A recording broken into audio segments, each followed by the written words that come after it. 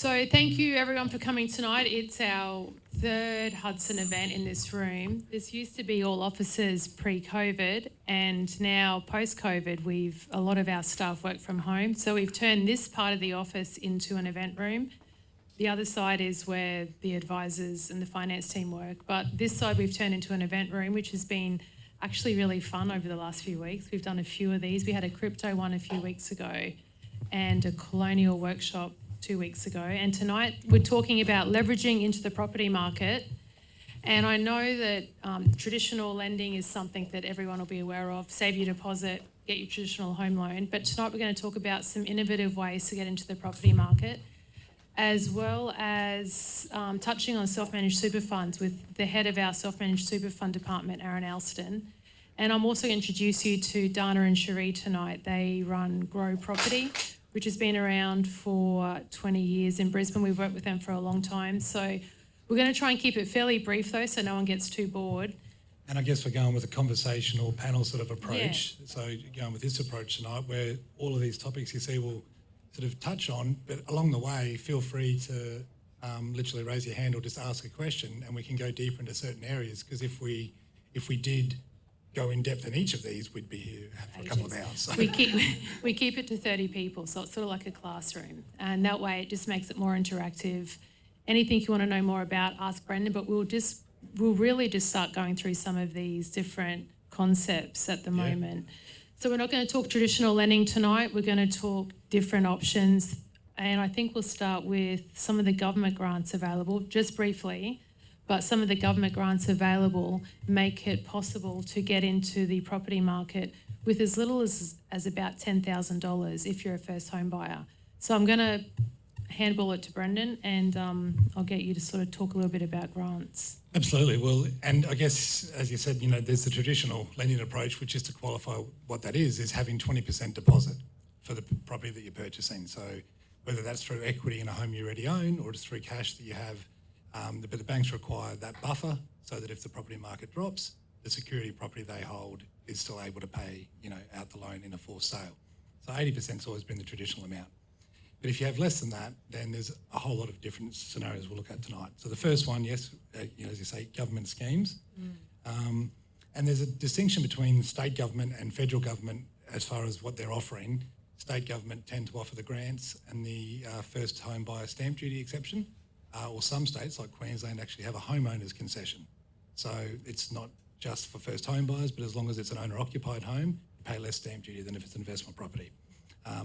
Unfortunately, like most of our laws and regulations in Australia, it's not uniform across the states. It varies quite dramatically. So the amount you pay in stamp duty, for example, in Victoria and South Australia, is considerably higher than Queensland. On $1 million purchase, it can be $15,000 more. But back to the grants, the first home buyer grants that are available vary widely. At the moment in Queensland, we have the probably best option with a $30,000 first home buyer grant if it's new or off the plan. And that can be used as part of your deposit. So as you say, that's when it might be possible to leverage that, as well as one of the federal government schemes we'll go into. If you're purchasing under a certain threshold, then you'll pay no stamp duty and no fees. And that threshold, very excitingly, has recently changed. So South Australia has the first state to abolish it entirely, just in the previous month, which is fabulous. So any first home buyer is stamp duty free, regardless of the property purchased price they pay. In Queensland, we have been stuck on $500,000 since 2008.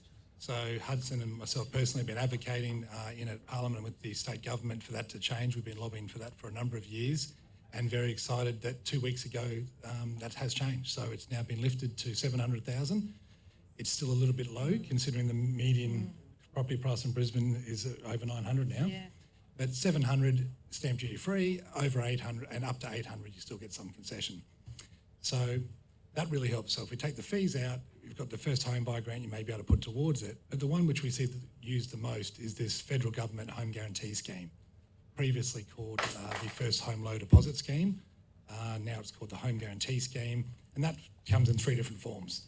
The First Home Guarantee, where you need a 5% deposit, and the Regional First Home Buyer Guarantee is the same, but there's different amount of places allocated.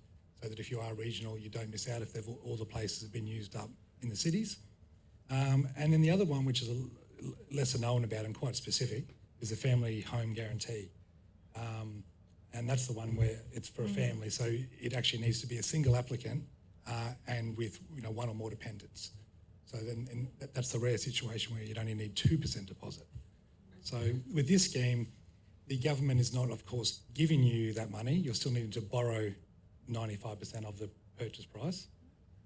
However, I guess they're effectively paying the lender's mortgage insurance. So you still get the rates of someone who would be a traditional mortgage holder under 80%, but yet you're only having 5% of the deposit price. Is there much of a difference in the rates below 80% and above 80%? Absolutely, and as we come through it, if you don't have this option, because not everyone qualifies, of course, for these grants and schemes, even if you're a first home buyer, there's income thresholds, there are property purchase caps which you can't go above, and even though they're increasing each year, they haven't really been keeping up with the reality of the amount you need to purchase. So if you're on one of these schemes, all the banks who offer these schemes give you the same rate as if you're under 80%. So if I come to you and I've got $10,000, I'm 23, I've left uni, I've saved $10,000, $15,000, is it possible, do you think, using these grants to get a loan for a unit, say for $650,000 or $700,000, staying below the $700,000 threshold? It's technically possible if you say, let's go the maximum $700 without stamp duty. So let's call it no fees. There would be some conveyancing fees and some transfer fees, so a couple of thousand. If we say there's no fees, then on a $700,000 purchase, 5% is $35,000. So if you're using the $30,000 first home buyer grant, if it was new or off the plan, then that can make up part of your deposit. If you've got the 5% saved as genuine savings, then it's possible for that to happen now that these thresholds have been raised. It wasn't possible even as much as a month ago. What about established properties? The grant doesn't apply, so you'd then need to have the full 5% of the deposit price. So if I was a first home buyer, you effectively are better off to be looking at buying a brand new apartment unless you save a little bit longer. And actually, can we talk about genuine savings? Yes. Genuine savings. So if I'm a first home buyer and I'm looking at genuine savings, now I've heard that rental can also be taken as... It can, but look, this is one of those areas where it varies widely across the lenders. So if you've got your 5% deposit saved, then you qualify for the grant, that's fine. But if part of that's been a gift or it's not clear where that's come from, if you don't have the history in your bank account, there are 2 lenders who actually don't require genuine savings, but most do want to see a history. If you don't have that history, it is possible, as you mentioned, to use a rental ledger. It varies wildly between the banks, and it's one of those policies that change on a monthly basis. It depends on the risk profile and I guess the algorithm of the day to if it's plausible. So that's an area to check in with us on personally, so that would be a time to speak to one of us here at Hudson and see what's available. But yes, showing rental history, you've been paying the amount that's going to be close to the equivalent of the loan amount, or to show that you would have been able to save that money, then that can count as genuine savings. All right, so there's so much to talk about tonight. Let's move on quickly. So what about if I was a first home buyer and I had the benefit of having family or somebody in my life who was able to support me with a gift or guarantor? Yeah, look, there's quite a few options there. Of course, you can be gifted money. A lot of banks will require a stat deck that shows that it is a gift and it's not required to be paid back. But again, there's some, do you need a higher deposit for that? So generally speaking, I could get a loan, couldn't I, with 5% deposit. I've saved 5%. I'm going to pay fairly high LMI, which is lender's mortgage insurance. But I've got my 5% deposit. I've got my costs saved. You can get me a loan traditionally. Yeah, and LMI is one we'll look at. You could get a loan. There'll be extra fees. So what about if I had no money, I had $1,000 saved, and my parents gifted me $20,000? Do I need 5% or do I need a higher deposit with gifting? Well, with some lenders, the gift can count as part of your genuine savings. So the gift can make up your 20%, or it can make up your 10% or your 15% and still pay LMI. So a straight cash gift has always been an option. There are different ways banks approach it, but you can gift to your child, or you can be gifted from a parent, or really from any relative or from any source. And does it have to be put in? I remember years ago we have to put in like $3,000 a month, for 4 or 5 months. There are still traditional lenders who would be looking for that approach. They'd want to see a So history it is there. possible just to get a lump sum gift Absolutely. and move into the market. Some digital lenders now who do a word which I think could be, reinvented a little bit better, but they scrape your account. So basically, as long as it's there before they do the account or digital scraping of your account, then that's the amount of deposit you've got. Yeah. And what about guarantor? How does guarantor work? Well, gifting, I guess, can be in the form of equity, or it can be in the form of sharing a property. So if it's a family member, so particularly a parent, grandparents, not all lenders, but if you're able to have a property which is unencumbered or has enough equity, then you can cross-secure the purchase for your child, or your child can cross-secure their purchase using the parent's property, and only a percentage of it, the percentage required, as a security guarantor. So servicing guarantors are no longer possible. Some of our members here and clients would know that's been possible through the past, and it may come back as the numbers drop, and if the number of loan applications drop.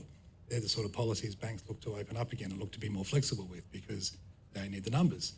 But at the moment, it's not possible to say, okay, we're going to be gifting money, or our income can prop up the servicing. However, your equity 100% can prop up the servicing. And who pays for the lending? Sorry, not the servicing, the deposit. So that's the difference. Who pays that though? The Who will borrower pay is the child. Right, and they'll pay the repayments on that equity? That's right. So even though the equity's there, it's not a gift in the sense that you've still got to borrow against that equity. So if it's a $700,000 purchase and you've got 35, you've still got to take a loan out for 665. So the child is paying the repayments on that amount? That's right. Okay. The security in the property is just propping up to give effectively that 20% deposit. Before we go on to reverse mortgages, is there any questions, I guess, about equity, gifting, and I should say guarantor? Favourable purchase too, because that's another way you can gift equity. It's a little bit different to a security guarantor. A lot of our clients want to, one of their investment properties to be sold to one of their kids.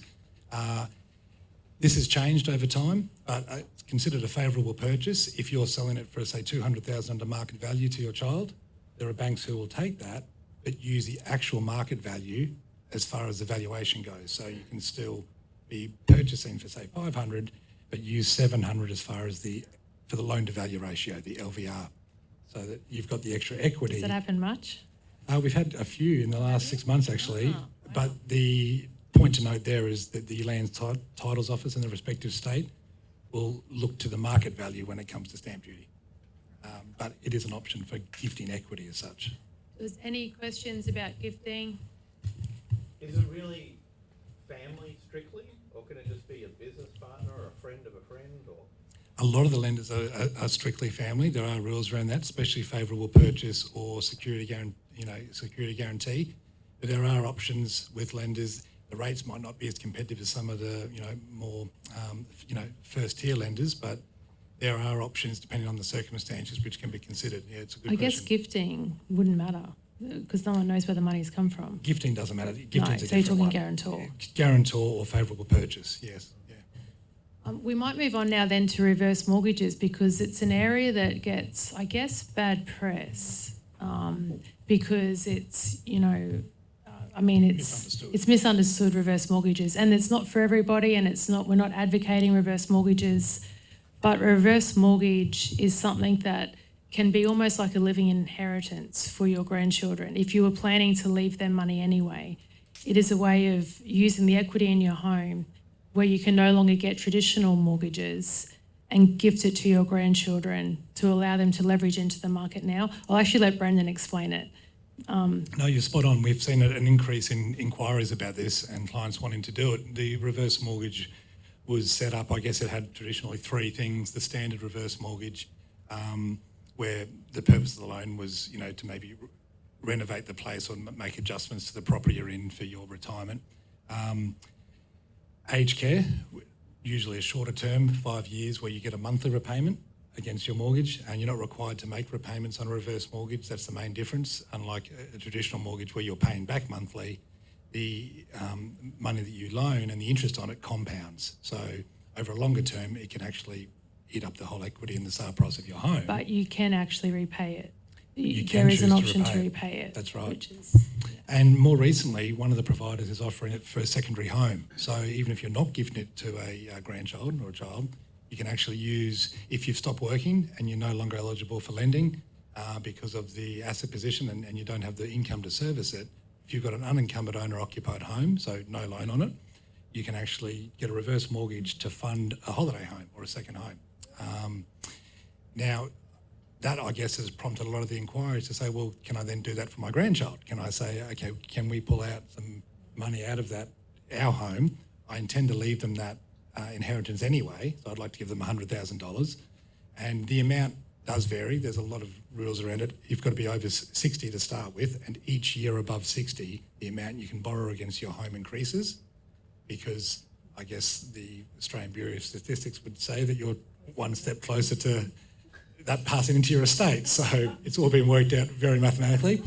But the amount increases up to, up to a certain threshold. But because monthly repayments are allowed, we've had some clients who have utilised that where their grandparents have chosen to, and it's important that there's independent financial and legal advice and there's no elder abuse or this isn't being pushed by the grandchild to the grandparent. But where the grandparents are approaching us wanting to do this for their grandkids, it's absolutely an option where the grandchild can then can choose to then be paying back monthly, so actually maintaining that loan, but ultimately in the end result, that was part of what they were inheriting. So it's a very creative and it can be, in specific circumstances, an option for grandparents who want to be able to provide something but don't have the option to get potentially traditional lending yeah. because they're not earning anymore. Or the security guarantor might not be applicable because there's several grandkids they're leaving it to, or there's a number of circumstances while the other things we've discussed might not be applicable. So There's options. The grandkids can pay it back. They can get their house revalued in a couple of years and pay the lump sum back as That's right. well. So there are many options with reverse mortgages, but it does allow, with the growth that the Australian property market's seen, and there's so many grandparents with a lot of equity in their homes right now who are not able to get traditional lending that could use a reverse mortgage to... they don't have cash at hand. That's or right, yeah. liquidity. And if you don't want to downsize and you want to stay in your home, it is a way of being able to help grandchildren leverage in with a gift. Do you need an 8% deposit for a gift, or is that a rumour? No, so look, we'll come to that with LMI. I mean, a gift doesn't have to be the full 20%. No. But it won't then shield you from LMI, but it might get you to the point where the LMI is a reasonable opportunity cost. We should move on. Okay, so and actually reverse mortgages, does anybody want to ask anything about them in here? Okay. And again, all of these areas, as we say, we wanted to touch on briefly to get you thinking about ideas or to areas where, of course, if you then prompted from something tonight, have a further chat with us because it's all very individual circumstances, but there's some options which we've seen utilised very creatively in that space lately. Oh, this was the LMI we were talking about. So if you've got the 20% covered, all lenders, no LMI paid, you've got your 20% deposit, you get a traditional loan at a competitive rate. In fact, as some of you in the room will know, as you've got the increased equity in your property and it drops below 70%, so this is the loan to value ratio, the amount of lending you've got against the current bank valuation on your home. And of course, the bank valuations are usually 10 to 15% below the real market value, but that's the, that's the figure that banks use. Yes. Can you just explain what the actual lender's mortgage insurance is, like why?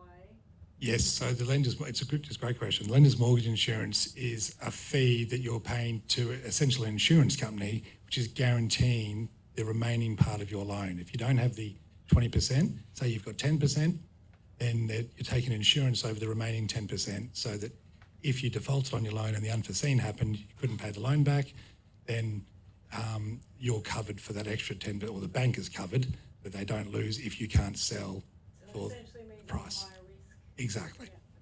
Yeah, okay. And then as time goes on, you're paying down your loan and the equity is increasing, the value is increasing at the same time, and both those usually go opposite at the same time. You're paying down, equity is increasing, you drop below 80%, and then we can refinance, or within the same bank, you can change to a product below 80%, get a better rate, and no longer be tied with the LMI. Now, if you don't have the 20%, the next best threshold is anywhere, down to 15%. There's at least 2 lenders currently, and this changes over time, who are offering LMI, effectively an LMI waiver or LMI free with a 15% deposit. So on the 700 example before, there'd be no LMI, and you'd be at $105,000 required, no LMI needed. It's only a limited number of lenders, but there are options there where no LMI, 15% will get you there if it's an owner-occupied purchase, not for investment. The next best threshold really with LMI is the 12%. So whether it's gifted, whether you've got an equity or whether you've got in cash savings, depends on the circumstances, 12% plus the fees. And those fees, as we mentioned before, vary dramatically, stamp duty across the states. But if we took it on, say, on a Queensland property for $1 million purchase, then obviously, you need $120,000 would be your 12%. The fees for $1 million, roughly $35,000, I think, in stamp duty, $2,000 conveyancer, $1,000 for bank fees, call it 38. So you're needing around $158,000, which is a big difference from the 20%, because the 20%, of course, you're going to need $238,000. So it's a big difference. LMI then can be seen as an opportunity cost, a way to get into the market. And if you can meet that 12% threshold, the LMI is actually relatively small, 1.5% to 2% of the actual purchase price of the property. And the resultant LVR, this loan to value ratio, will end up under 90%. Because you've started at 88, you've added about 1.5 as an LMI, because the lender's mortgage insurance fee, call it $10,000, is capitalised into the loan. And the total loan then includes that. So the post-cap, as they call it, LVR, has to be under 90. And then you're still getting rates, close to. Some lenders we've got on the panel, we were talking about this last week, weren't we? Are actually offering only 0.3 or 0.4 of a percentage point, so 30 or 40 basis points above their competitive rates for under 80%, because there's so many people in this category now having to go, you know what, if I wait another 2 years to save the extra 100,000, the property prices have gone up more than that. I'm going to buy in, I'm going to use LMI. We've got, the family and people on staff who have done it recently. LMI can be a great opportunity cost when you weigh up the difference. But that 12% is quite a magic figure, because over 88%, the LMI increases quite dramatically. So if you can save 12% of your purchase price and the fees, it's going to be a great end result. The next best one after that really is 8%. If it's a higher purchase price, depends on the state, but over 1.5 to 2 mil, it becomes about 9%. Because then the LMI is more like 3.5 to 4% of the purchase price, so it doubles. However, if you can keep that post-cap LVR, the resultant LVR below 95% of the total purchase price, it's still possible with lenders. The rates do jump up a good percentage point. At the moment, instead of being 6.5, you might be 7.8. But there are, at least a dozen lenders who will look at that.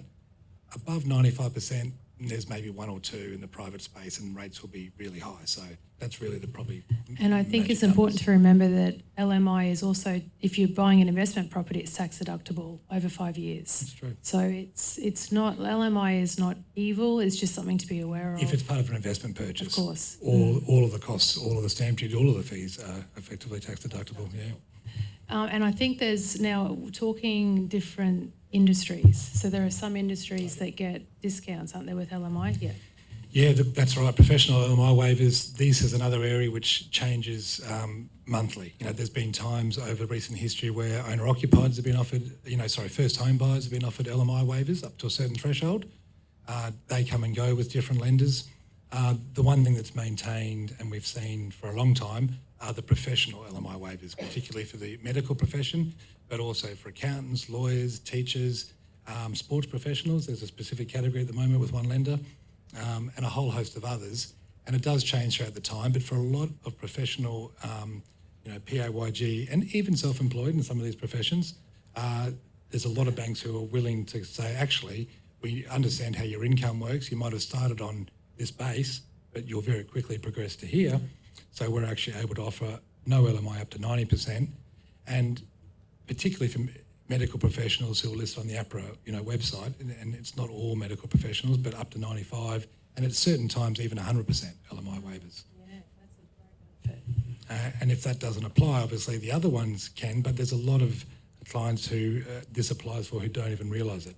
It's not so well known, and even the one for teachers has come and gone, but at the moment, there's 90% LMI waiver for... So it's worth checking with a broker or Absolutely. whoever you're speaking to if there's an industry LMI waiver. Paramedics, police, nurses, all the frontline workers during COVID, these got brought back in to actually value and recognise the work being done. So actually, you're working hard. Let's at least give a little bit of a break for lending.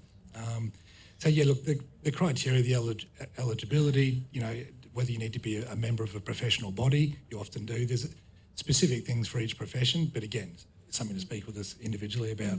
So. What are we talking? What are we talking about next? Co-invest, hopefully. Co-invest, yes, yeah, okay, well.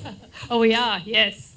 All right, so co-borrowing. Look, this is this is a big part of what we've been doing a lot of lately here at Hudson, because first of all, a couple of the banks, one of the biggest banks, brought in this idea of a property share loan, and in other countries it's been done for a while, and there's a lot of banks offering it. At the moment, we've got two, where it's instead of being co-applicants and I guess That'd be related, 50-50 don't they? tenants. Co-applicants? No, like in the yes. part, like joint tenants? Traditionally, and you're very much involved in each other's application. It's an application you're sharing together. You're seeing all of each other's finances. You're a 50-50 share. So You're it's both family. eligible for the loan. So essentially family.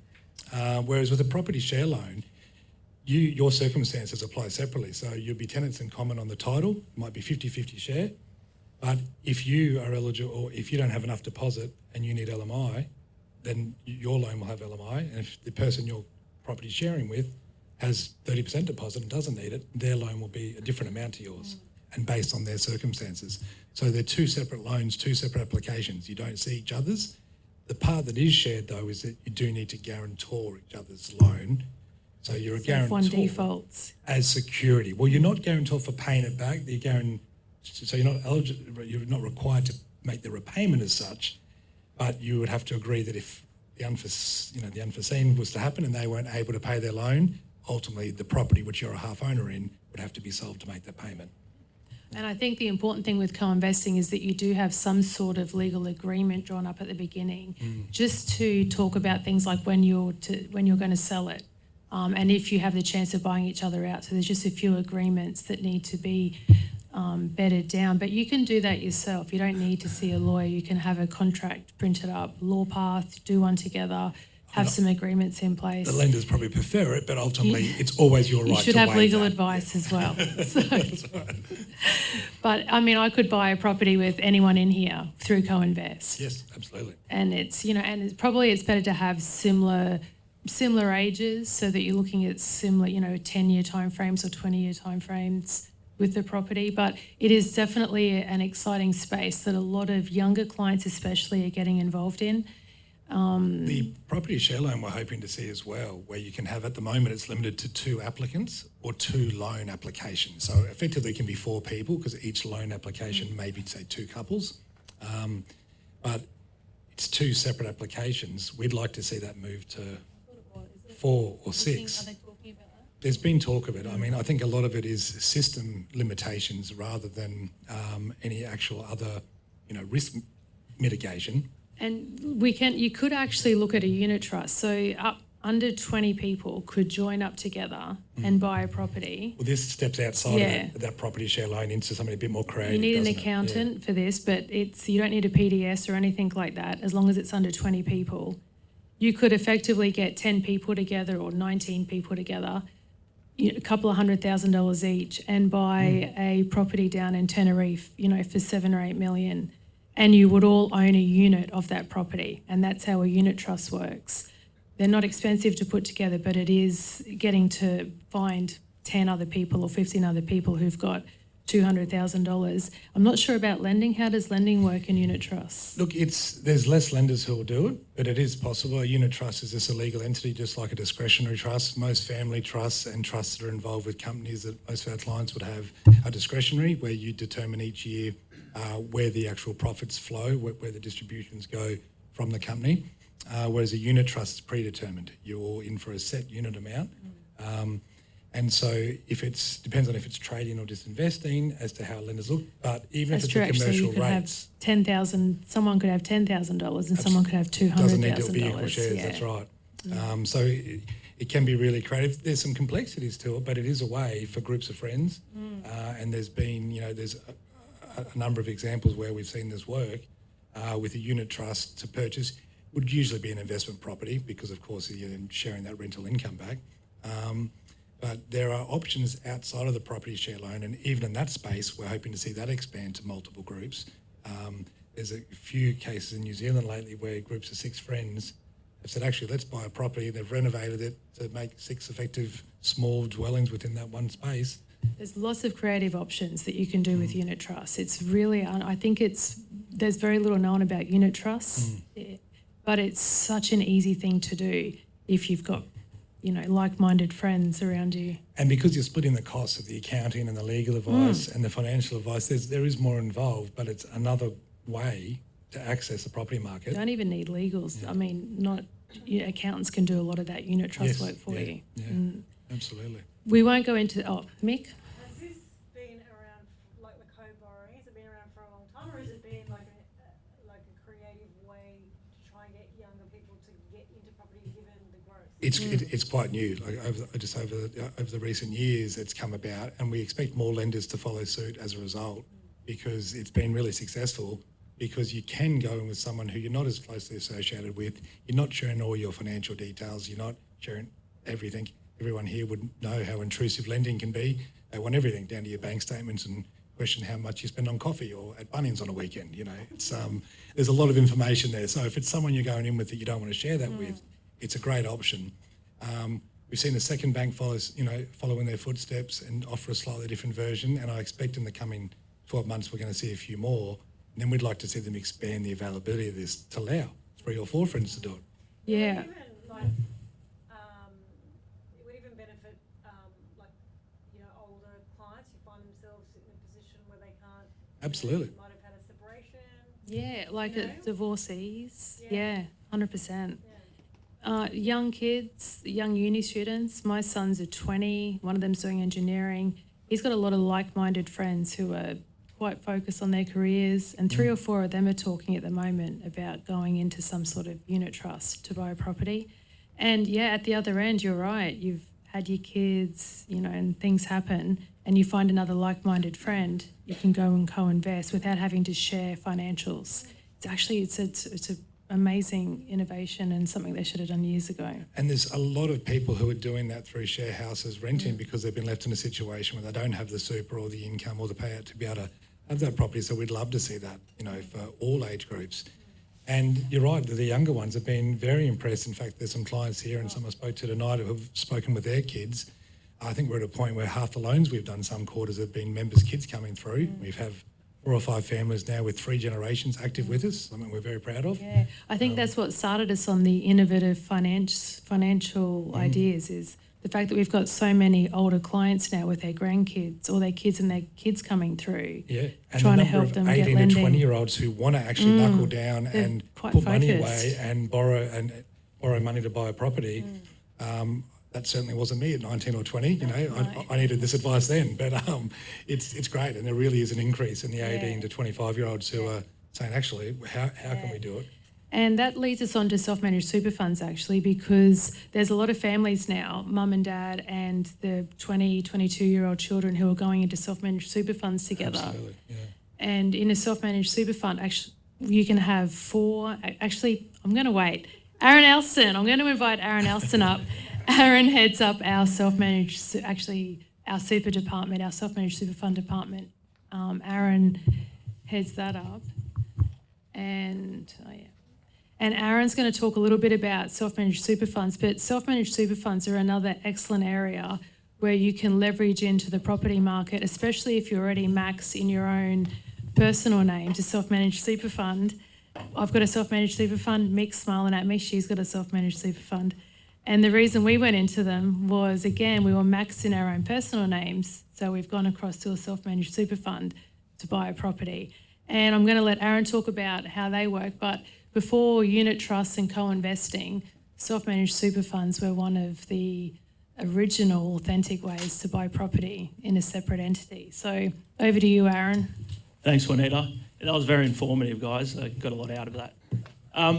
Self-managed super funds, also known as SMSFs. Today's basically to give you a crash course 101 on what an SMSF is, advantages, disadvantages, and how you can utilise an SMSF to borrow to invest into property.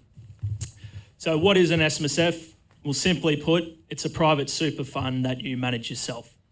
Each member is a trustee or director of a trustee company, which I'll touch on more in a moment. And the trustees act on behalf of the members and must act in each member's best interests. So essentially, SMSF, you'll consolidate your existing super arrangements. Let's say you've got a Host Plus or a CBUS super fund into one fund. The SMSF offers you opportunity for control and flexibility. So what we often find, the primary reason someone will get into an SMSF is they want to have more control over their retirement savings. Often we'll find in an APRA regulated fund, whether it be an industry or a retail fund, you can only invest in the share market or cash, whereas a self-managed super fund allows you to invest in direct property, commercial property, residential, direct shares, cryptocurrency, you name it. What about Picasso paintings and arcade machines? Well, alternative assets, I've seen a client invest in luxury cars. So I wouldn't say the world is your oyster, but there's plenty of flexibility with an SMSF. An important point down the bottom too, an SMSF can have up to 6 members. Yeah, it was 4, wasn't it? And have they just changed that recently? Yeah, 6? well, you can have up to 1 to 6, and I'll cover off on that in another slide as well. All right, so I won't touch too much on structure here because I don't want to convolute it for everyone, but essentially there is 2 structures, individual trustee, corporate trustee. There are a few nuances between the two. An individual trustee, you must have at least 2 members. So if let's say husband and wife get involved in an individual trustee structure and a spouse passes away, you will have to find someone to replace them, otherwise you will have to wind up the fund. In my experience, I don't see a lot of individual trustee structures. There are benefits to it.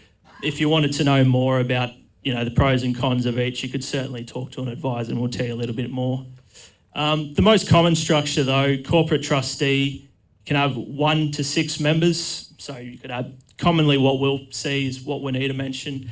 You either see husband and wife, or you'll see husband and wife and their children all joined together, basically to pull their assets into one fund and control a larger asset base. There is an important point there. A member cannot be an employee of another member unless they are relatives. So, just thought I'd highlight that. Could you and I do a self-managed super fund together? A member cannot be an employee of another member. Oh, hang on. Okay, no, not you and I then. Okay. No, what about you and Jonathan? 100%. Okay, so it doesn't have to be It could family. be Bob the postman I join up with. But Okay, Yeah. bad example. But as I mentioned, the most common structure we see is a corporate trustee. We can talk more about that if anyone wants to know a little bit more. All right, so this is a 1, 2, 3, 4 very simple steps on how to actually establish an SMSF. So first, the most important point, you need to decide on the fund's total members. So as I mentioned previously, what we'll see is a husband and wife, they might have 250 grand each. They want to pull their funds together so they're controlling 500,000 worth of assets, and they'll look to an SMSF for a vehicle to do that. So once you've decided who you want to join your funds with, the second step is you'll establish a company and a trustee. Now, normally that will be done with the help of an accountant. They are quite lengthy documents to put together, but you engage an advisor and accountant to help you do that. We can take all that stress away. Third step, establish a bank account in the name of the SMSF. I will touch on the bank account in a moment because I have seen some funny things with bank accounts and people misappropriating funds. Just like any other fund though, I guess the important thing to note with the self-managed super fund, it is for the sole benefit of your retirement. So don't go ahead, set up an SMSF and then start paying your groceries from Woolworths with the bank account. Because, if the ATO get wind of that, and once you get audited, you're likely going to get taxed half your fund's earnings and be told you've got to wind the fund down. Register the SMSF, next step with the ATO, and then create your investment strategy. So as I've highlighted there's a range of choice and options that you have, whether it be shares, property, cash, alternative assets. As I mentioned, I've seen quite a few clients now actually look to an SMSF as a vehicle to buy crypto. Tonight's presentation though, we're going to specifically touch on the second asset class there, which is property. Before we do that, actually, Chris, where are you? Chris, friend, come up here for a minute.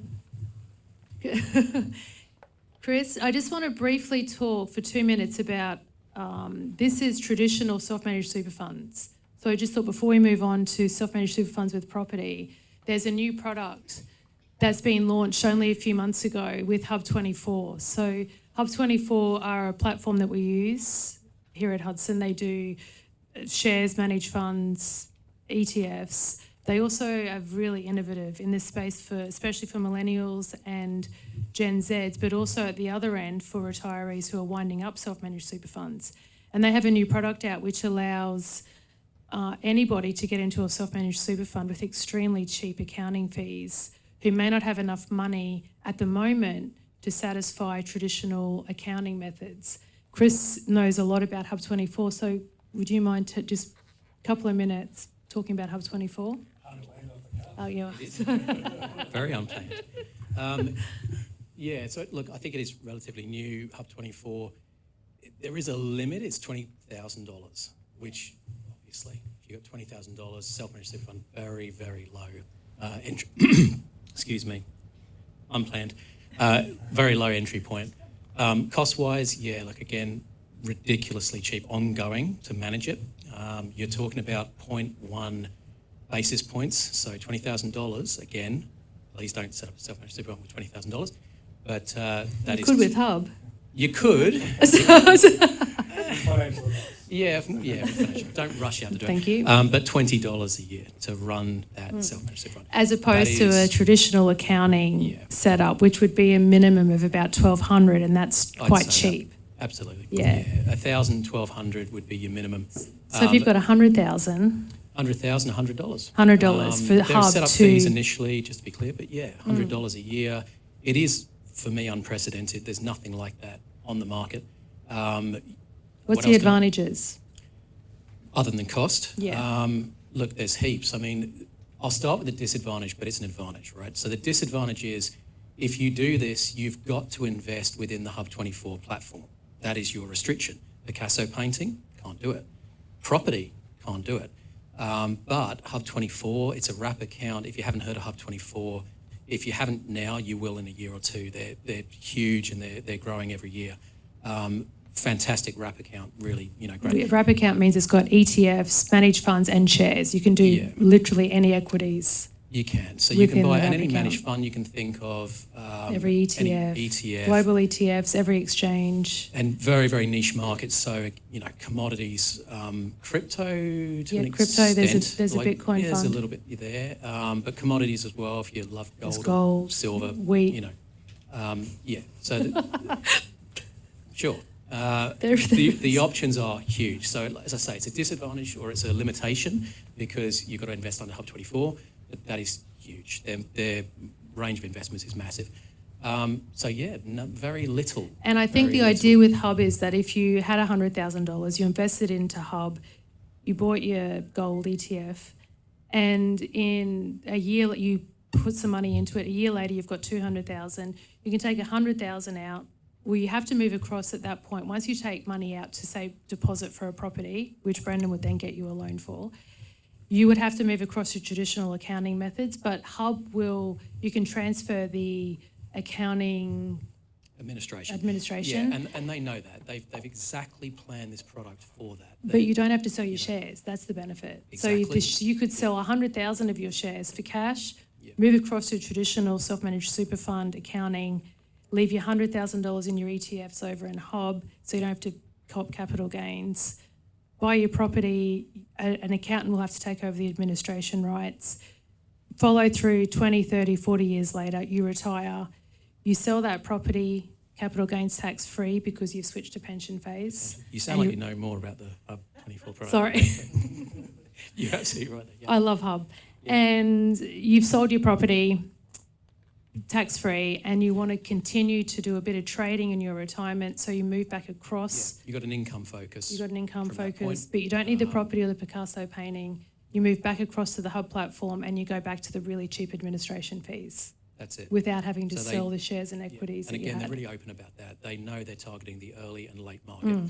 So it's the people that can't afford a property or the alternative investment, and then they target the late market, your 65 pension phase, sell your property, you want income then, and then you switch back. You don't close your self-managed super fund, you just change the administration from from the accountant back to Hub. And the reason for that is that they are so extremely cheap. They bought Class 1 a year or two ago, which was an accounting firm, accounting company.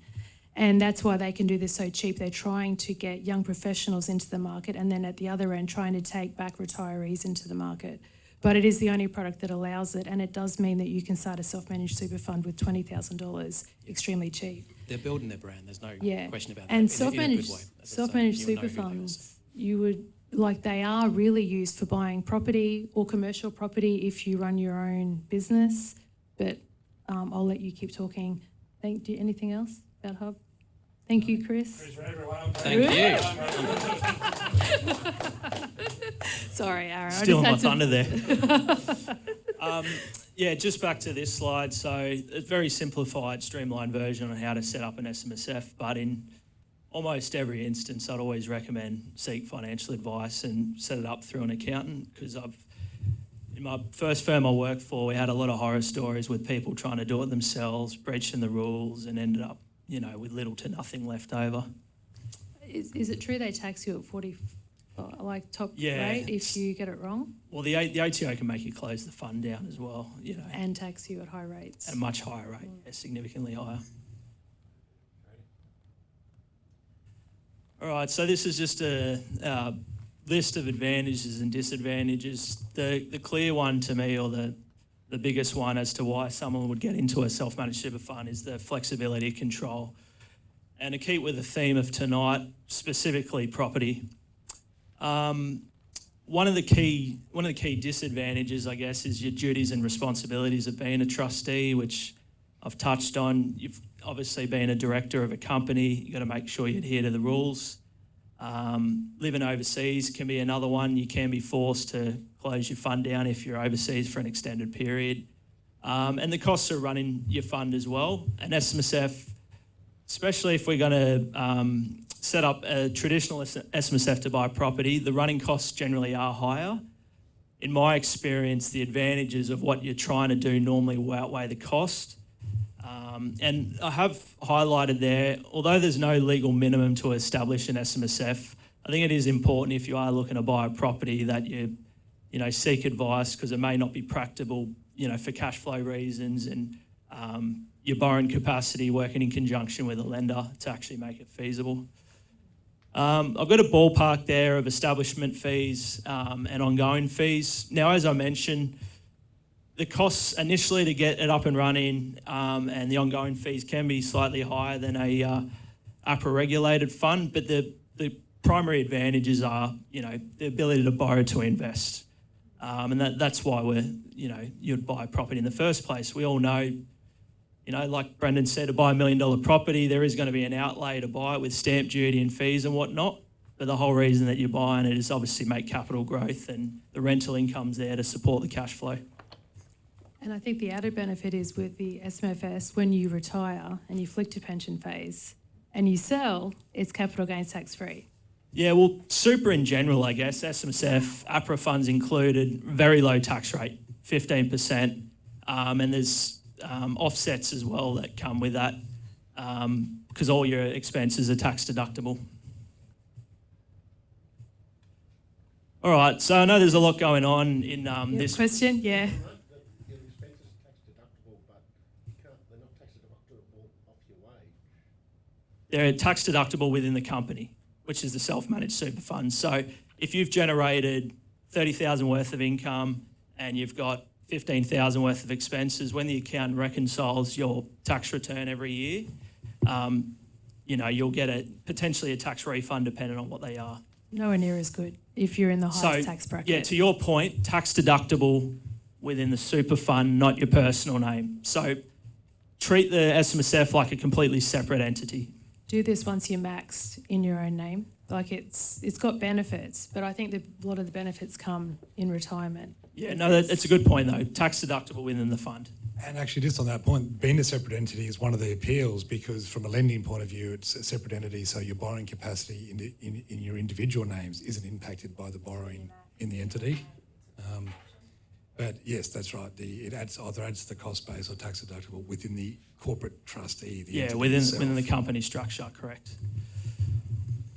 So just a simple example here: client A, client B got 200,000 each. They've decided to merge their funds together and open up a bank account. So I've used Macquarie as an example because they're quite a popular one, at least what I've seen, but you're not bound to obviously use Macquarie. Your 400,000 sitting in the bank account, and then ultimately from there, you're using that 400,000 to invest, in this example, obviously, into property. A cool thing about self-managed super fund actually is you can actually call the fund whatever you like, as long as the name hasn't been taken. So this example, I don't know if it's been taken or not, but we've got Beach Lovers Proprietary Limited and the property fund's Beach Lovers Property Fund Proprietary Limited. So as I've highlighted there, client A, client B are directors of the two companies, Beach Lovers Proprietary Limited and the property fund. So this note down the bottom is quite an important one. So once you've established the company, if you do want to borrow to invest, you are required to establish a bear trust, which is this fund that sits over here. But the two companies that we've got, all the beneficial ownership and interest, any rental income or get or any expenses you pay, come out of that Macquarie bank account. All right, so this is a very similar slide, but it just sort of encapsulates how it all works. But in a nutshell, we've got a bank account, we've got two companies, so we've got the SMSF and the property fund. An advisor can help you in conjunction with the lender determine what your borrowing capacity may be and find the most suitable lender for you. And then the property which is held in trust, all the residual rent and expenses will come out of the bank account. So the notes up the top there are quite important actually, so I might read it all. The SMSF cannot directly borrow the funds needed for the purchase. A structure called a bear trust is created which acts as custodian of the property until the loan is paid off. A company is created which acts as the trustee of the bear trust, and this structure is designed to protect other assets of the SMSF. So if for whatever reason you couldn't meet the repayments of your loan and you're forced to default, the lender doesn't actually have recourse to the assets over here. They've only got recourse to the bear trust. But I'll touch on that a little bit more as well. All right, so I won't go through all the bullet points here, but I guess as a general point, interest rates are slightly higher, which Brendan can touch on as well, because it is deemed as commercial lending, I believe, within an SMSF. A form of, but not all commercial lenders will do it. It's only specific lenders who will now do SMSF. It's really become a specialty area since the big banks dropped it after the regulations were tightened after the Royal Commission, which is actually now an advantage, but we'll come back to that, Yeah.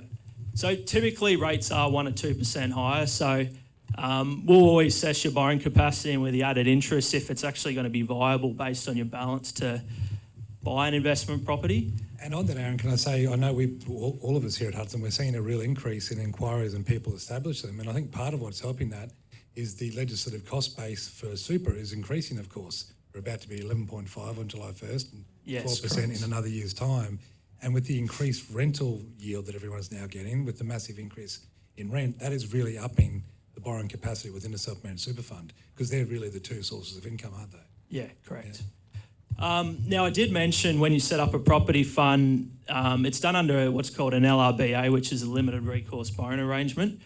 There is an important note where I have mentioned that although the lender can't come after the assets within the self-managed super fund, occasionally they will require a individual to sign a personal guarantee. So if for whatever reason you did default on the loan in the SMSF, they can come after your personal assets. Now, in my experience, I've never seen it action, because obviously we always make sure that we allow a sufficient deposit to make the purchase work, healthy contributions, cash buffer. We essentially tick all the boxes to make sure the risk is extremely minimal that something like that would ever happen.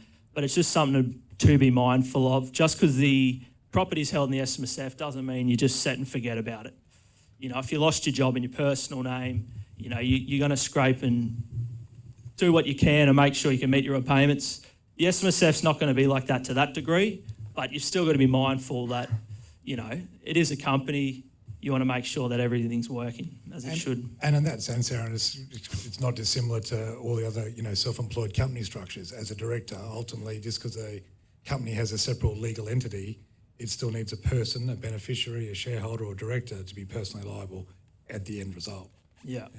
But yeah, like I said, in my 10 years advising, never seen a personal guarantee actually occur, because all the clients we look after, you know, we're doing all the due diligence to make sure that the purchase price is right, their contributions fit, the cash flow works, and, you know, you've got sufficient liquidity in other assets as well, whether it be, you know, shares as well. What's the deposit needed in self-managed super funds like? Because I know, is it a little bit higher? Like, can you get away with a 5% deposit? Look, technically 10% deposit. However, Aaron and I were talking about this earlier, it's rare to see if you've only got a 10% deposit, if your fund is actually getting enough through the 11% of your wage, or soon to be 11.5, plus the rent, to be actually sufficient to get the borrowing capacity you need. So in general, we'd see them come through at a 30 to 40% deposit. Yeah. What about, sorry, what about if you've got like two young people who've got, you know, $30,000 each, and they get together? They've got 60,000, but they're both getting 11.5%. This is, in case you don't know, brother, sister, sharing a mic here. So, okay, so I can answer that if you want. I would say no. Yeah. I personally, put my advisor cap on, I would like to see a client with, you know, around a 30 to 40% deposit. The lender may allow it, and there's now no liquidity ratio, which always existed. That's now dropped down to 0 or at least 2 months repayments. On paper, it can happen, but there are other considerations. That's right. Yeah. I think that's the same. We were talking earlier actually about LMI. We didn't really talk about repayment capacity. And Isaac, one of our PY advisor, actually put together an amazing spreadsheet which shows what sort of deposit for the price of the property and how much the repayments are. And it's interesting because as much as you try and get a property for 5% deposit if you can, or 10% deposit, it means that your repayments are high and the interest rates are often higher. So we haven't actually touched on repayments tonight. We've only talked about how to get a property, but repayments are just as important, as you were saying, as getting the deposit together. And then taking into consideration your cash flow and your ability to pay, and are you comfortable, just as you said with the self-managed super fund. You're right, it's the same thing. Yeah. So you highlighted the last bullet point there, current cash flow contributions and earnings. If it's not adequate to meet the loan repayments, you know, you may be forced to dip in. Now, we don't want to be in a scenario where we're like that, so we'll obviously run our eyes over all the numbers to make sure that, you know, that's almost impossible to occur. But of course, there's always going to be a little bit of risk. Explain the second last point. So magnified loss. Gearing. So gearing simply is borrowing to invest. Yeah. So there's always a risk with property that you buy a property that doesn't grow in value. And the downside is obviously all your purchase costs and your ongoing outlay. So if you buy something for $700,000, you know, you spent $30,000 in stamp duty, legal fees, etc. You want to go to sell it, it's only worth $650,000, you're in a little bit of trouble. Always a risk. As much as possible, we try to sort of minimise them by, working with quality people. And Juanita, you can touch on that maybe a little bit more. We've got property partners to try and help you find the right property that's going to grow in value. Again, put my advisor cap on. We can't have any say in the actual specifics of the property. We'll just advise you on the numbers to make sure that it works. I think gearing generally, I think it's time. Anything you've bought in Brisbane 20 years ago, you've done pretty well now. So I think time's a big factor with gearing. And I think anything with leverage, if the banks would give me another $1 million now, which they wouldn't, would they? Or is the exposure increased because you're using the SMSF? No, it's just gearing. I think Aaron's just putting gearing. As soon as you gear, as soon as you take any leverage, if the banks would give me another $1 million, I'd put another $1 million in. If the property market's dropped 10%, I've lost another 100. Aaron's just being a advisor. All the advisors are since the Royal Commission, I'm going to say we disclaimer everything. So it's like gearing can... It's important to know though, gearing always comes with risk. It increases gains, but it increases losses as well. There's only really two income sources in the self-managed super fund. So in that sense, it's a little different. You don't have the other ability to pull income, so you need that time for that growth to occur. Yeah. Oh, and I guess it's important to note too, in a self-managed super fund, you can't borrow to renovate a property. So you can't actually borrow funds, which is crazy to me, but you can't borrow funds to make the property better. And I know, Aaron, you're probably going to talk about that part more, but you also, of course, can't borrow against the growth, the equity in the property to leverage another property. Every loan, every property has to be in a separate LRBA or bear trust, so a separate limited recourse borrowing arrangement. So clients who have multiple properties in a self-managed super fund will have the multiple bear trusts and multiple corporate trustees that are associated. I think that's important too. When you're starting out and you think that you might end up owning 3 or 4 properties in your self-managed super fund, there's no point paying off those properties because you can't reborrow. So you buy the property, you become happy with the repayment level, the rent, and then you continue to build up cash separately to leverage into another property because you can't leverage off these properties. So it's really important to have a borrowing plan or some sort of, forward plan with your self-managed super funds if you want to keep buying properties because you can't leverage. And generally speaking, new properties are better in a self-managed super fund, which I'm probably jumping the gun on. I think that's probably on the next coming up. Well, one thing I was going to mention just on that point. So with an investment property, because there are some limitations what you can do within a self-managed super fund on that front, generally speaking, it probably is preferred to buy a newly built or off the plan, primarily, again, from an advisory perspective. One, because we want to keep your repairs and maintenance costs to a bare minimum. Obviously, if you're buying established property and there's things wrong with it, your SMSF's going to have to front the capital outlays. And a really important one as well is the depreciation that you do get on brand new properties too. So there's a lot of tax advantages there. Better in your own name if you're in the highest tax bracket, but there's still tax advantages, obviously, in the super fund until you flick to pension phase. Cool. All right. Well, this is just an example. It's a real life step-by-step strategy of a client we've recommended basically establish an SMSF. We've essentially covered off on all these things, but probably a big one. If you are considering rolling your existing super benefits over, I can't stress this enough. You've got to double check if you're going to lose insurance because I've seen it time and time again. Clients get all happy and excited. They roll their funds out. They had $1 million life cover. Once you've closed the accounts down, the insurance is gone forever and you'll have to reapply. So we always make sure that we review insurance needs in conjunction with reviewing the SMSF, especially if you're borrowing as well because of the debt that you may be taking out. What can sort of happen with reapplying as? Sometimes you don't get cover, do you, again when you go to reapply years later? Like, is that the problem? Yeah, correct. So especially when you apply for personal insurance, as much as, it's unfortunate, but insurance companies are ageist and they are going to look at your medical history. So anything that you've had a medical footprint, you went to the doctor a couple of weeks ago for a sore back, or you've had physio sessions and you had an income protection policy that had no exclusions. Let's say that was funded by the super fund, you close the account down, you lose the income protection. It is very likely that if you go to reapply, your new health conditions are now going to be excluded. The big part of obviously reviewing your superannuation needs is obviously looking at your insurance needs too. I should mention Aaron also heads up our insurance department, and I know we're doing a bit of a segue here, but talking about industries earlier with LMI waivers, there are Yes. also some benefits for different industries in insurance. Is that right? Yeah, I guess just to use one example, just to sort of highlight that, total and permanent disability. Now, most people may be familiar with that because they've got what's commonly known as TPD within their superannuation fund.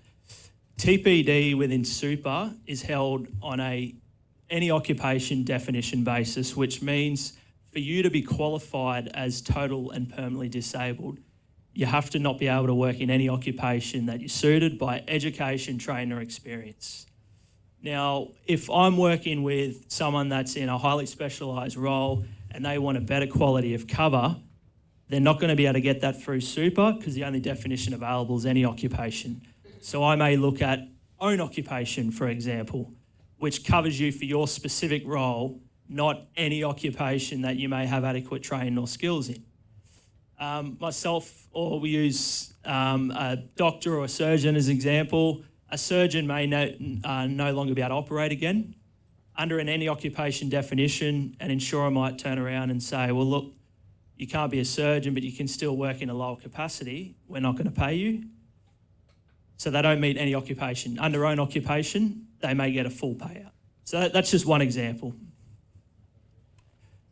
Again, just the benefits of, why someone may combine their funds and set up an SMSF. So we've got client A, client B. Let's say they're in their late 30s to early 40s, 250,000 each. They've still got 20 years till retirement. They don't currently have a property but in their personal name, but they earn really good incomes and they've got very healthy super balances. What they could potentially do is join their funds together. They now have got $500,000 in super, and they could potentially buy a property up to $800,000 with a 50% deposit. Or they could buy 2 properties. Well, Brendan can let us know if that can happen or not. But it's all subject to obviously your borrowing capacity. But this is just an example of how to leverage to buy something a little bit high. And the whole point of doing it was obviously we're controlling a larger asset. So rather than getting 10% return on $500,000, we may be getting 10% return on $800,000. So we'll look at all the numbers to make sure that it fits. But for someone in there, and I'm going to be looking at the same thing. I'm 33. I've had superannuation since I was 18. I want to continually build that till I can get to a point where I can do stuff like this as well. So it's all using the power of leverage in your favour, and it's making money while you sleep. Your passive income is one way of doing it. This can be another way of doing it to really accelerate your retirement savings. All right, this is just I won't sort of cover on the numbers too much here. The purpose of these next couple of slides is really just to highlight the level of detail we'll go into when we're assessing someone's borrowing capacity. This is a real life case. I've changed the numbers a little bit and obviously excluded names just for privacy reasons. But this particular individual, purchase price $719. What I will say, these clients were in their mid to late 30s, so they wanted to explore ways to get in the property market, and they've used an SMSF as a vehicle. So we've looked at the stamp duty, legals. We've got rental appraisals on the potential purchase. We've looked at their monthly expenses and their superannuation rates to ensure that the strategy is actually going to fit. All right, and we've got costs as well. So important thing to note with a self-managed super fund, it is legally required to have an audit and an annual tax return done every year. And the ATO always dip their hand in as well and take a few fees. But we've included all that. So as I mentioned, the running costs of an SMSF typically will be more expensive than an APRA fund. But, you know, it's the old adage, you've got to spend money to make money sometimes. The reason you would be doing this is you obviously want to explore another asset class, i.e. direct property investment, borrowing to invest. And in this particular case as well, we're looking at the deposit, we factored in the interest rates, the borrowings required, and we looked at all the cash flow to make sure it would work. I don't want to go too much longer because we're running out of time, but just on... This last slide. Oh, good. No, commercial property. So buying, like, if I was, say, go back to the doctor example, a lot of doctors buy practices in their self-managed super fund.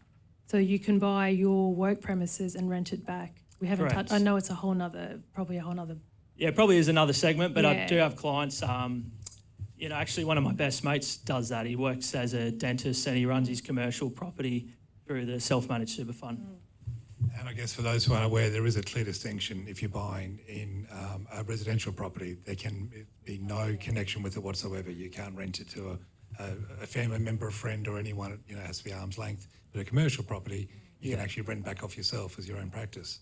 Yeah. So that can be a great advantage. Your firm, your company, we have lawyers, dentists, doctors, all different professions who rent their own self-managed super fund property. Yeah. And I don't know what we're doing with these slides afterwards, but I have included your point around the arm's length. So just remember, superannuation is for the sole benefit of your retirement. So, you know, you always want to seek personal advice, make sure you're doing everything above board. And, you know, I've just put my advisor cap on again. I've had a lot of experience in this area to help clients determine whether or not it's going to be appropriate or not. With these cash flows, we won't get tied down with the actual numbers itself, but it's merely to highlight what we're looking at, that we're basically looking at everything with a fine-tooth comb. We're looking at your contributions, rental income, all the expenses. Is the purchase going to be cash flow positive? If it is, great. Means the repayments have been met by your income and contributions. And ultimately what we're trying to get, like all of us when we're buying property, is the long-term capital growth. So the key benefit, you're holding a asset that you otherwise couldn't hold by borrowing to invest. So you're turning your $500,000 into potentially 1 million, 1.1, 1.2. And to Juanita's point, if you keep building sufficient reserves in that cash account, there may be some other options we can look at. Are we in a position to buy another property, or should we be investing in the shares? What should we do with that, that cash? Because you don't want to have a heap of cash sitting behind, but we want to make sure there's enough to obviously cover the bills, and that's where the cash flow comes in. And once you're in your 50s, I think you should be maxing the super as much as you can get into super, coming into those transition to retirement years. And I'd be putting as much as you can into your super fund. That's a whole nother session. But there's superannuation when you're in your 50s. When you flick over to that pension phase, it's got so many benefits. And self-managed super funds can be a lucrative way to make some extra amazing investments. It's been a big night. Yeah, no, I'm certainly not ageist. I love dealing with all clients, but what I can say is if you are in your 40s and 50s and you're still in that accumulation phase of your life, an SMSF 100% can be a vehicle to really accelerate your wealth. Often, when you're reaching towards retirement, your circumstances change. You're not really wanting to borrow to invest, but that doesn't mean that you can't use an SMSF to your advantage. I had one of my old work colleagues, his parents bought their dream home through the SMSF.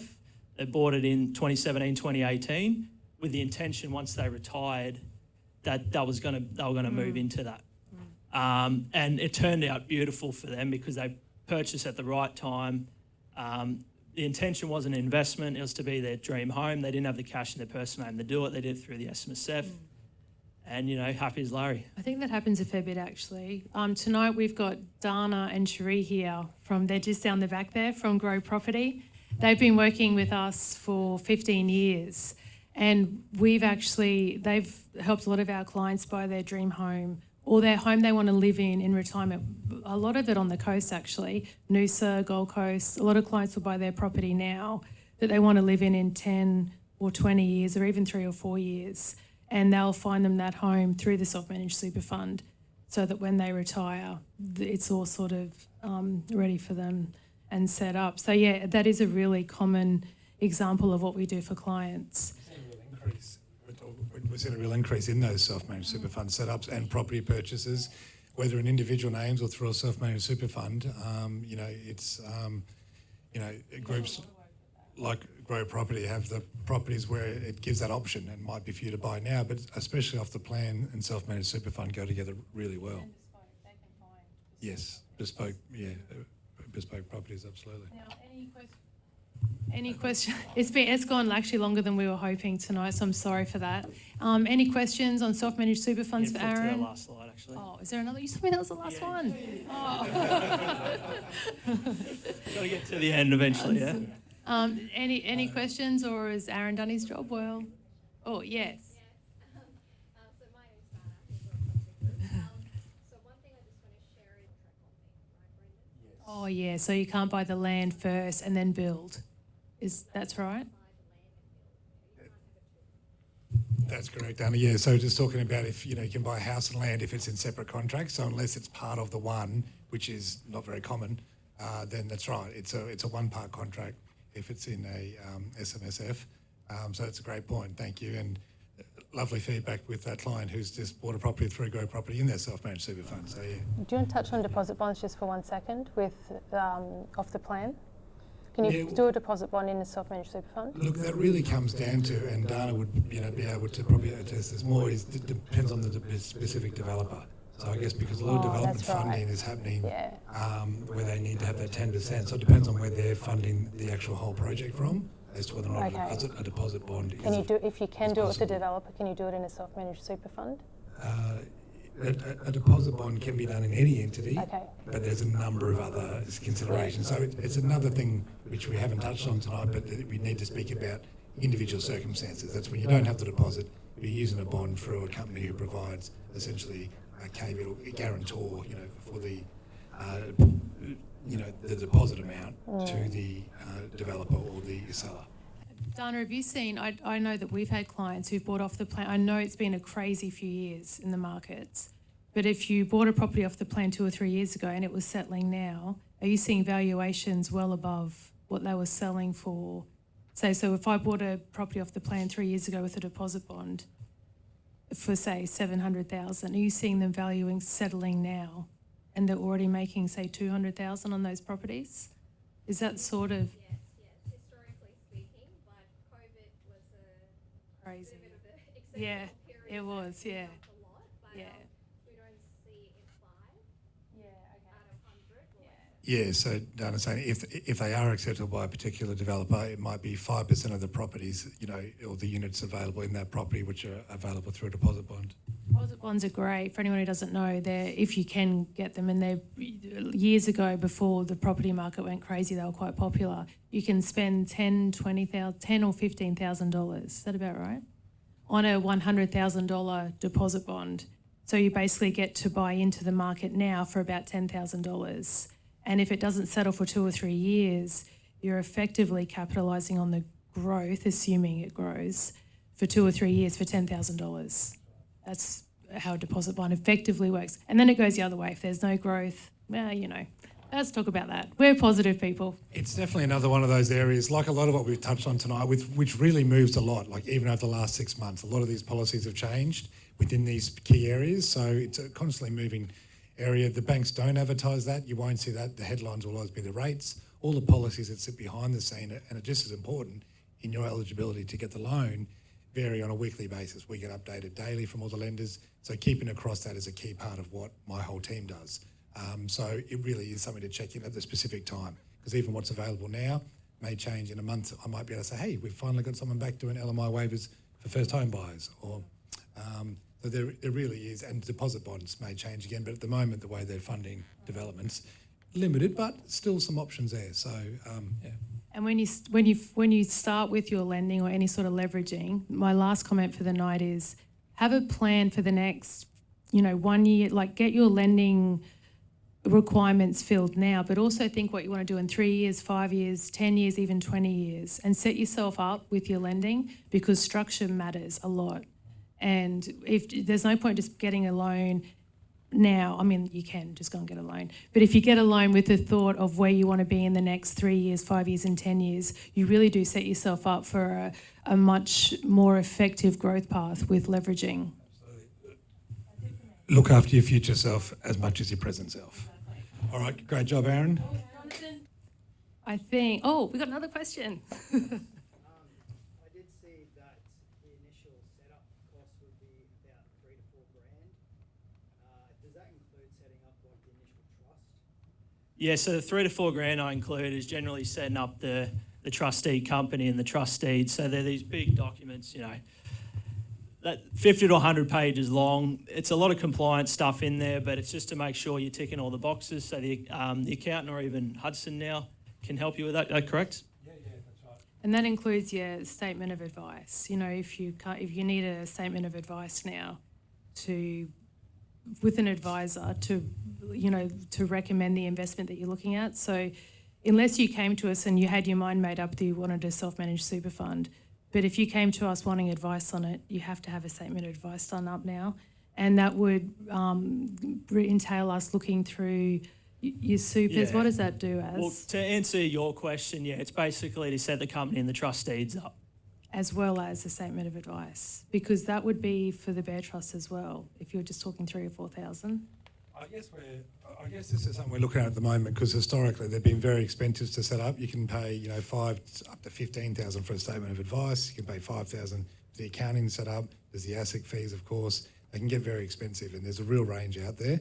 So to be able to do that and utilise an accountant as well, and to keep it in a package sort of price, that's something we've been, developing within Hudson lately because of the number of inquiries we're getting. So, the whole all up with everything included, it is possible, that $5,000 to $7,000 mark. That's if you want a property. Properties are more expensive because you need to set up the Bear Trust as well. Yeah, so if you just want to buy shares or do trading, they are cheaper to set up. It's when you want to buy a property that they get a bit more expensive because you need to set up a Bear Trust. And the thing to note with that too is that every time you go to an auction, if you are going to auction, you need a Bear Trust for every time, even if you don't win the auction. So it does get quite expensive if you're trying to auction in self-managed super funds. But the thing with self-managed super funds is that an accountant will need an advisor to do the strategy, and an advisor still needs to look at your super fund where it is now and look to see what your risk profiles are. And there are so many compliance rules now with super funds. It's can be quite an intense process going from a super fund to a self-managed super fund, but only from a point of view of reviewing your existing super, and the insurance actually was another big point. And those ongoing costs can even be lower than that if it's low in transactions in your fund. It really depends on the cash management account that you've got attached and how many transactions are happening, how much trading you're doing, how much investing. If you're trading a lot like crypto, you would have to have because your capital gains, if you're buying and selling every 2 weeks, you've got just, you can have 100 capital gains transactions in 1 year with a crypto fund. But there are some ways accountants now have got different wallets I think you can set up to make the capital gains a lot easier. So, but you definitely need an accountant and an advisor with self-managed super funds now, which is why it makes them more expensive. And with accountants not being able to do advice anymore, unless they've got the qualifications, you find that there's 2 separate professionals that you need now for them. So they're a little sort of more convoluted. And just to finalise, I was going to say, I guess like everything we've done tonight, everything we've talked about, a lot of it's general, really do need to ring one of us here, speak to someone at Hudson, whether it's an advisor or myself in lending, for a chat, because the individual circumstances, the actual cost that is, will apply will really come down to so much about your individual circumstances. So it could be less, that's why Aaron put a bit of a range, and yes, it could be more in some circumstances, but depending on your situation, Yeah, that last point. Perfect. Yeah, we'd have to wrap up. Jonathan, Speak with an advisor. We can outline if it's suitable for you because everyone's situation's different. All right, thank you everyone for coming tonight. And any questions, Dana and Cherie can talk Brisbane property for the next 3 hours, right girls? No, just kidding. For the next 5 minutes. Aaron, self-managed super funds, Brendan for lending. And then my advisors are in the room. Mikhail Lansmore, Ivan Fletcher's down the back, Chris Wren, Isaac Robinson. Where else? Who else? Where's Mel? Where's Mel? There she is, Melissa Grimshaw. Feel free to stay around and have a bit of a Yeah. chat. We've gone over time, so Sorry, everyone. Yeah. stick around for a little while longer before we... Yep. Get a drink if you want, and then, yeah. Thank you. Thank you.